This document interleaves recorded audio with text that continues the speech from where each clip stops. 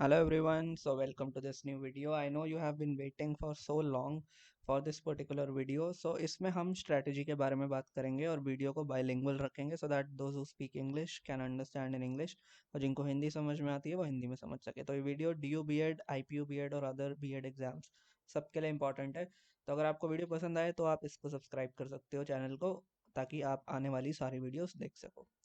So let's move ahead, and first of all let us talk about the syllabus for DU BEd. Okay, what is the pattern? ठीक है, इसमें syllabus exactly नहीं है but pattern I am explaining you.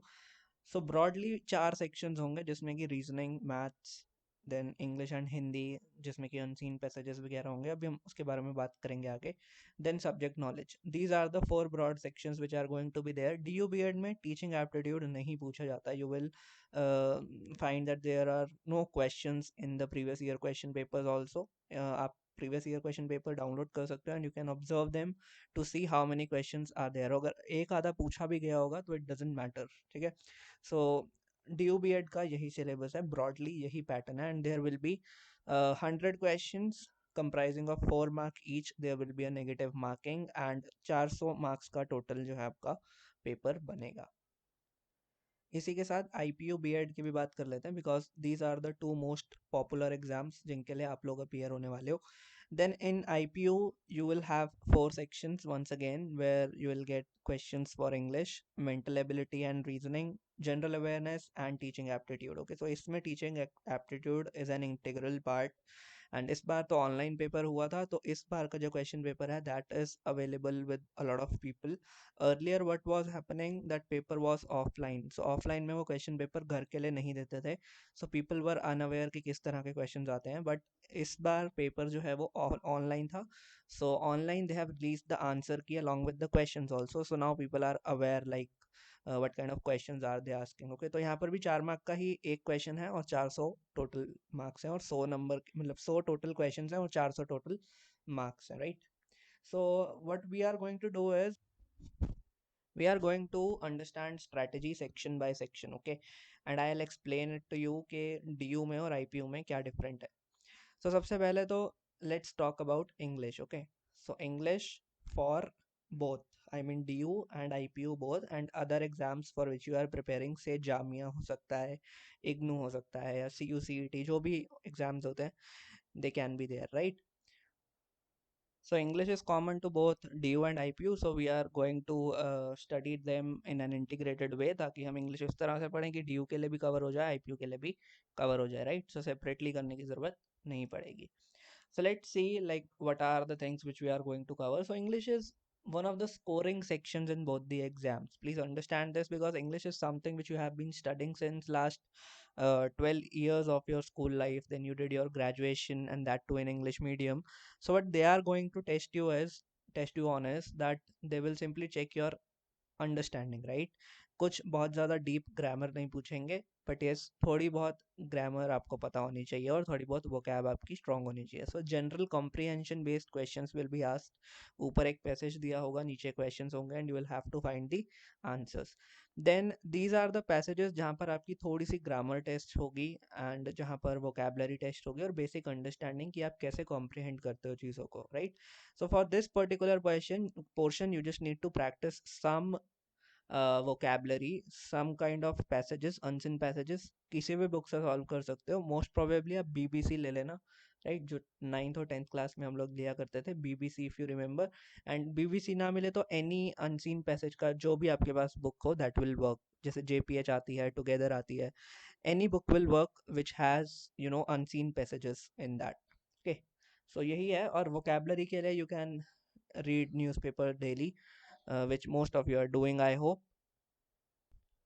So English का portion आपका इतने में cover हो जाएगा, बट यस सिनोनिम्स, एंटोनिम्स, ये सारी चीज़ें भी आप लोग कर सकते हो। Sometimes idioms are also asked, so ये बेसिक है जो you can cover. Okay, then let's move to the reasoning section. Once again, reasoning section is common to both DU and IPU, so why are we going to study it separately? We will study them integratedly, right? So integrated way में study करेंगे ताकि reasoning जो DU में पूछा जाएगा और जो IPU में पूछा जाएगा सारा कवर हो जाए। हालांकि जो लेवल ऑफ क्वेश्चंस है that is different, but anyway when we are practising it, so why not practice them together, right? So that is our basic motive. तो चलो देखते हैं रीजनिंग में हमें किस तरह से प्रैक्टिस करनी है. So level of question is moderate. I mean D में higher level is thus, I mean I P U से थोड़ा सा ऊपर होता है, बट इतना ज़्यादा भी नहीं होता है कि एसएससी या बैंकिंग लेवल का पूछेगा, नहीं इतना भी नहीं होता है, बट ठीक होता है, right? Okay, you will have to practise, otherwise you will not be able to attempt. Practice is needed. Okay, so level of question is moderate, advanced level is not required, just basic topics should be covered, and you can cover these topics which I am going to show you on the screen right now. You can take the screenshot and start practicing this topic. So these are the common topics which I have pasted over here. Otherwise what you can do is जो previous year practice करोगे, अगर उनमें इसके अलावा कोई भी आपको topic या कुछ भी क्वेश्चन मिलता है, then you can practise that question also and simply add it as the topic. Okay, जैसे यहाँ पर मैंने भी इसमें हो सकता है कि कुछ मेंशन ना किया हो और आपको प्रीवियस ईयर क्वेश्चन में वो मिल जाए कि सर ये टॉपिक नहीं कवर था, तो you can simply add it, right? So previous year observe करना बहुत ज़रूरी है. So this is for reasoning, and this is for this is common for your DU and IPU once again, as I mentioned. Then let's move to the other section, that is maths section. Okay, so maths is one such section which is different for DU and IPU. Why? Because in DU, chalo let's discuss the question. Okay, ऐसे बताएंगे तो you will get confused. I'll just show it to you through an example, right? So you can read the question on your screen. The first question is based on sets, okay, SETS. Sets chapter is there in class 11th and 12th book, right? So those who say that you are only supposed to study maths till class 10th in order to, attempt the questions, no, this is not true. In DU B.Ed exam, higher level questions are also asked, but it doesn't mean that you are supposed to attempt them. Hardly 2 or 3 questions will be there, so you can simply leave them. Okay, so for maths I would say that cover basic topics. Okay, let's see the second question also. So this question is also from DU B.Ed. Okay, this midpoint wala question. Again, I am saying that these are questions which are of higher level, right? One more question I can show you. See, right? This one. But the type of questions which is asked in IPU, you can see here, right? It is based on percentage. Okay, so although this question can be attempted from some other method also, but by and large this is based on percentage, right? So यहाँ पर if you will observe the trend that DU is asking question which are there in the higher classes like 11th or 12th. On the other hand, the questions which are being asked in IPU, they are up till 10th level, right? So suppose if DU start asking some easy questions from maths say class 10th, और आप पूरा maths का section छोड़ करके जा रहे हो, तो that would be disadvantage for you. So what you can do is, rather than studying class 11th and 12th का maths, which is technically impossible for people who have not studied maths, so basic जो chapters हैं, that is up till class 10th, वो आप cover करके जा सकते हो, और DU में भी हार्डली 2 या 3 क्वेश्चंस होंगे, तो you should not worry about that section in DU B.Ed if you are from non-maths background. But yes, if you are from maths background, simply try to attempt those questions. But trust me, maths section in DU B.Ed is not at all scoring. Only 2 or 3 questions are asked which are of higher level. और जो easy questions होते हैं, suppose arithmetic का कोई पूछ लिया एक आधा, तो वो तो आप attempt कर ही सकते हो. So for convenience, I am just telling you the topic which you are supposed to do. Okay. So here are the basic arithmetic topics like percentage is there, ratio and proportion, average, time and work, mixture and alligation, time, speed, distance, and little bit of algebra you can study. Okay, this will work for IPU. Okay, for IPU this is very important because in IPU they are asking question based on these topics. So for IPU maths is very scoring, you can study, you can practice these concepts. But yes, as far as DU is concerned, no need to practice mathematics with heart and soul. Just cover it if you can. If you cannot cover it, don't worry, because anyway they are asking higher questions, and at this point of time for you to study 11th and 12th wala maths is not possible, right? ये तो हमें पता ही है.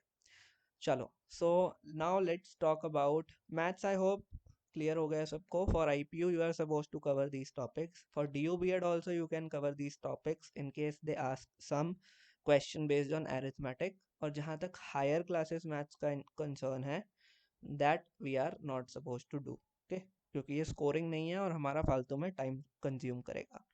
Now let's come to the very important section of the chapter, I mean the paper, that is subject knowledge. Okay, ये भी different है DU और IPU के लिए, but थोड़ा बहुत overlap होता है, तो देखेंगे कि कैसे overlap होता है और कैसे different है. तो सबसे पहले बात करते हैं कि सब्जेक्ट नॉलेज और जनरल अवेयरनेस में फ़र्क क्या है. सो सी DU जो है वो सब्जेक्ट नॉलेज पे बेस्ड क्वेश्चन पूछता है. Subject knowledge is nothing but the deeper understanding of topic, theme, chapter और a concept.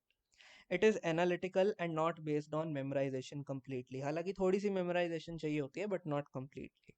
On the other hand, general awareness is factual, totally factual, and it is based on memorization. Suppose I ask you, where is Taj Mahal located? Right? So that is general awareness.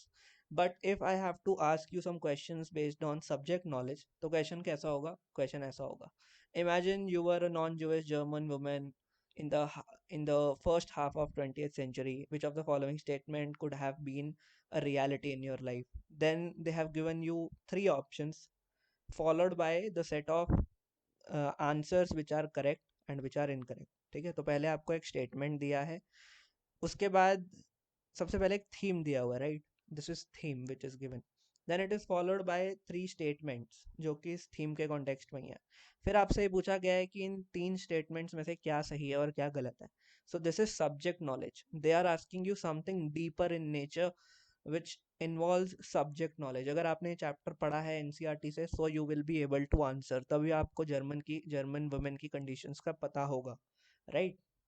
I mean non Jewish German women की condition का पता होगा, right. अगर आपने नहीं पढ़ा है, you will not have any subject knowledge about the same, right. So that is subject knowledge वाला part. Now what is general awareness? General awareness ये सिंपल क्वेश्चन है. As per Hindu mythology, lord Vishnu in his Narasimha avatar killed whom, right. So ये basic question है, that is factual question. अगर आपको answer पता है तो पता है, नहीं पता है तो नहीं पता है. बट यहाँ पर you can actually read the statement and determine the answer as per your common sense also और द प्रीवियस नॉलेज जो आपने over the period of time school या ग्रेजुएशन के टाइम पे गैदर करी है, right.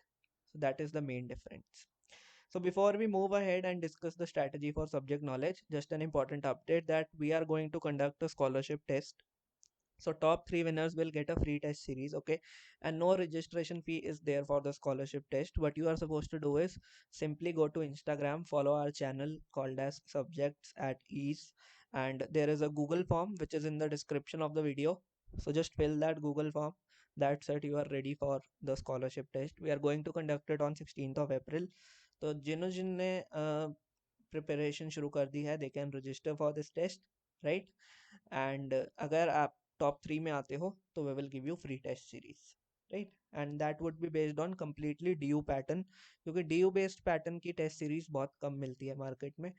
And we are also launching paid test series at a very nominal price.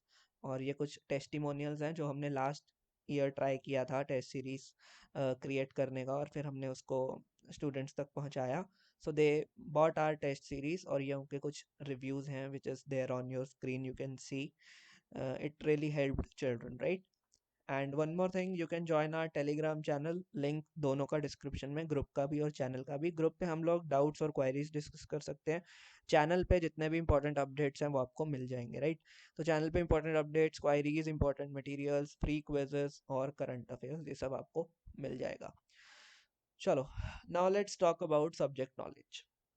So subject knowledge एक major portion है आपके पेपर का DU में, राइट. IPU में तो उसके 25 क्वेश्चन ही हैं and that is called as general awareness. But DU में बहुत इंपॉर्टेंट है बिकॉज कुछ भी प्रोपोर्शन फिक्स नहीं है, राइट, कि कितने क्वेश्चन पूछेगा सब्जेक्ट नॉलेज से. और जनरली काफ़ी ज़्यादा क्वेश्चन पूछता है सब्जेक्ट नॉलेज से. सो लेट्स सी कि कैसे हम इसको कवर कर सकते हैं.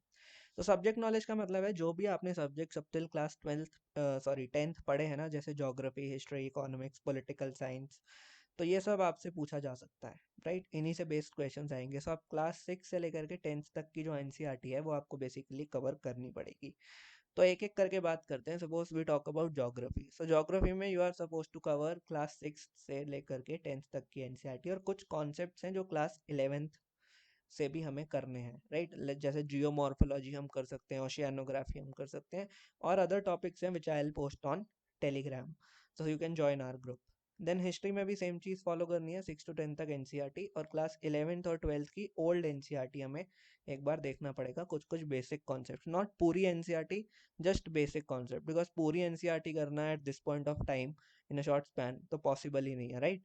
तो हम बुक्स को किस तरह से फास्टर वे में कवर कर सकते हैं, किस तरह से स्कैन कर सकते हैं, that I will also tell you, but yes, आपको सिर्फ एक बेसिक नॉलेज गैदर करनी है, कि ऐसा नहीं है कि आप लाइन बाय लाइन सारी बुक्स पढ़ोगे, that is naturally not possible, right. So आप बेसिक समरीज पढ़ो, नॉलेज गैदर करो, वीडियोस देखो, और जो जो आपको मीडियम मिल रहा है कवर करने का वो करो, बट नॉलेज आपको क्लास 6 से लेकर 10th तक की एनसीईआरटी से लेनी ही पड़ेगी, राइट। सो ज्योग्राफी हो गया, हिस्ट्री हो गया, let's talk about economics. Economics में बेसिक टर्म्स पूछता है, जैसे सप्लाई डिमांड का इशू पूछ लेगा, देन कभी कभी आपसे वो इन्फ्लेशन के क्वेश्चंस पूछ लेगा, राइट। सो बेसिक टर्म्स जो हैं वो पता होनी चाहिए, और ये आपको इंटरनेट पे मिल जाएंगी, सिर्फ बेसिक टर्म्स, मैक्रो माइक्रो वाला कंसेप्ट जो क्लास 11 12th में वो करने की ज़रूरत नहीं है। Then if I talk about political science, तो पॉलिटिकल साइंस में बेसिक अंडरस्टैंडिंग ऑफ कॉन्स्टिट्यूशन आपको पता होनी चाहिए, एंड गवर्नेंस आपको थोड़ा बहुत पढ़ना पड़ेगा फ्रॉम एनी जीके बुक, जैसे कि ल्यूसेंट की एक बुक आती है, तो उससे आप थोड़ा बहुत पढ़ सकते हो, आर्टिकल्स पता होने चाहिए, क्या इंडियन पॉलिटी का स्ट्रक्चर है ये पता होना चाहिए, बट या इसके लिए आप लक्ष्मीकांत जैसी बुक्स मत यूज़ करना, सिंपली यूज़ ल्यूसेंट जीके और एनी अदर बुक, राइट, जो भी आपको जनरल नॉलेज की मिल जाए, तो इससे आप कवर कर सकते हो पॉलिटिकल साइंस। बाकी एनसीईआरटी पढ़ने की ज़रूरत नहीं है पॉलिटिकल साइंस में, but if you have time then you can read, okay, otherwise आप इन बुक्स से भी कर लोगे तो कवर हो जाएगा। कुछ कुछ क्वेश्चन सोशोलॉजी की क्लास 11th और 12th की बुक से भी पूछे जाते हैं, society based, Indian society based, तो वो जो क्वेश्चंस हैं that we will post on our Telegram channel, या जो भी टॉपिक्स हैं जो भी कवर करने वाले that we will post, okay. फिर अगेन साइंस पे अगर हम आते हैं, तो क्लास 6 से लेकर के 10th तक की बेसिक एनसीईआरटी जो है आपको उसकी अंडरस्टैंडिंग होनी चाहिए, और इसमें ना एनसीईआरटी में ब्लू बॉक्सेस बने होते हैं जिसमें एक्टिविटीज़ दी होती हैं, राइट, हमने स्कूल में भी पढ़ी थी, तो वो एक्टिविटीज़ में कभी कभी काफ़ी इंपॉर्टेंट कॉन्सेप्ट्स होते हैं, तो उससे अप्लाइड क्वेश्चंस बनते हैं, वैल्यू बेस्ड नहीं, अप्लाइड क्वेश्चंस, ठीक है। तो वो ज़रूर पढ़ करके जाने, उससे बहुत सारी चीज़ें पूछी जा चुकी हैं पास्ट में भी, क्लास 6 से लेकर के 10 तक की एनसीईआरटी, और ब्लू बॉक्सेस एक्टिविटी वाले, right, that is very important, या ब्लू बॉक्सेस की जगह कोई और कलर भी हो, बट एक्टिविटी वाला पार्ट इज़ इंपॉर्टेंट, जो कि क्लास 6 से लेकर के 10 तक की एनसीईआरटीज में बने होते हैं, राइट। देन हिंदी में unseen passage is going to be there, and basic grammar पूछेंगे, पर्यायवाची शब्द, विलोम शब्द, अलंकार थोड़े बहुत, फिर समास, ये सब, ठीक है, बेसिक पूछेंगे, ज़्यादा कुछ नहीं। सो you can cover it from any class 9th और 10th की व्याकरण वाली book, okay, any basic book. Then current affairs, right? Current affairs का issue is, a bone of contention. A lot of people assume कि पता नहीं कहाँ से पूछे जाएंगे, क्या पूछे जाएंगे. To be honest, nobody knows कि कहाँ से पूछे जाएंगे. Last year के पेपर में they asked questions from 2019, 2020, and लोग last 6 months का पढ़ के गए थे, right? So they are highly unpredictable. But just to be on safer side, if you have time, you can cover current affairs of at least last 1 year, or it would be much better if you cover it for say last 2 years or 1.5 year if you have time, okay, ठीक है, अगर time नहीं है तो you are not supposed to do it. And how will you cover last year का current affair? There are a lot of current affair capsules available in the market, right? So वो book होती है, thick सी booklet होगी जिसमें पूरे साल का current होता है, वो आप गवर्नमेंट सर्विसेज वाले जो एग्जाम्स की प्रिपरेशन के जो वेबसाइट्स हैं उस पर मिल जाता है. If you are not able to find it, simply comment below, I will share it with you. Then sources of current affairs, right. So sources of current affair, so current affairs आप कहीं से भी cover कर सकते हो, जो आपको convenient लगे, जो मैगजीन्स अवेलेबल है, विजन आईएएस वगैरह की, वो भी अच्छी होती है, मंथली मैगजीन्स, दृष्टि आईएएस की, किसी से भी कर सकते हो, डिपेंडिंग अपॉन इंग्लिश और हिंदी मीडियम जो आपको कन्वीनियंट हो. देन यूट्यूब वीडियोस बहुत सारी हैं, उससे कर सकते हो, और जो भी ऑनलाइन रिसोर्सेज आपको यूजफुल लगते हैं उससे कर सकते हो, ठीक है. Then important point to note here is that आप बहुत सारे ग्रुप्स में ज्वाइन हो रखे होगे, हो सकता है, बट आप मेक श्योर करना that you are only doing the questions which are based on DU level. अभी जो हम टेलीग्राम पे क्वेश्चन पोस्ट कर रहे हैं they are not of DU level, वो बेसिक सब्जेक्ट आपकी नॉलेज इनरिचमेंट के लिए, राइट. अभी डीयू वाले क्वेश्चंस हम आने वाले दिनों में पोस्ट करने लगेंगे, हालांकि हमने स्टार्ट कर दिए हैं पोस्ट करने, तो आप मेक श्योर करना कि कहीं से भी प्रैक्टिस करो, but the question should be based on DU pattern, ठीक है. अभी हम आईपीयू वाले क्वेश्चंस पोस्ट कर रहे हैं, मिक्स्ड क्वेश्चन पोस्ट कर रहे हैं, right? But they are also good, relevant for the exam. Okay, so that is there. Then just one more thing to discuss, that please note the first sections we talked about, like English, reasoning, maths, they are common to DU and IPU, and I have explained you the basic difference बहुत clearly. ठीक है, maths का जो basic difference था वो समझा दिया, English और रीजनिंग तो कॉमन है ही, राइट? हिंदी भी आएगी DU में, वो भी समझा दिया। देन सब्जेक्ट नॉलेज का ही एक ऐसा सेक्शन है DU में जो आपको एनसीईआरटी के थ्रू करना पड़ेगा। NCERT is the only source. अगर आपको कोई और ये बोलता है कि नहीं इससे हो जाएगा उससे हो जाएगा, नहीं होगा, राइट? एनसीईआरटी की ही नॉलेज होनी चाहिए। अब आप उसको डायरेक्टली बुक के थ्रू गैदर कर रहे हो, दैट इज ओके। अगर आप उसको किसी नोट्स के थ्रू गैदर कर रहे हो, इवन दैट इज ओके। अगर आप उसको किसी वीडियो के थ्रू गैदर कर रहे हो, even that is fine. Okay, so that is there. And teaching aptitude is one such thing which is extra in IPU. DU में teaching aptitude के इतने questions नहीं आते हैं, कोई इक्का दुक्का मिल गया तो मिल गया, otherwise IPU में बहुत सारे questions हैं teaching aptitude के। So I will share a PDF of teaching aptitude के questions with you, so you can read those questions. They are very easy and you can go for the exam, right? So one more thing, if you want to prepare along with us, kindly start preparing class 6, 7th and 8th ki NCERT history ki, and we will be posting a quiz on the same, or you can say a test for the same, on next Monday or next Tuesday. Okay, today is Tuesday when you are seeing the video, that is 29. So after 7 days or 8 days we are going to upload a test on our Telegram group quiz होगा छोटा सा, so that you can attempt, so that आप revise भी कर सको। okay, तो अगर आप हमारे साथ prepare करोगे, that would be more beneficial for you. Then last thing guys, this is my humble request, you can subscribe to our channel if you find the video useful, and join the Telegram group and the channel for your preparation. Thank you so much. You can comment your doubts below, अगर कुछ भी doubt है तो नीचे पूछ सकते हो, and I will try to answer them. Thank you so much guys.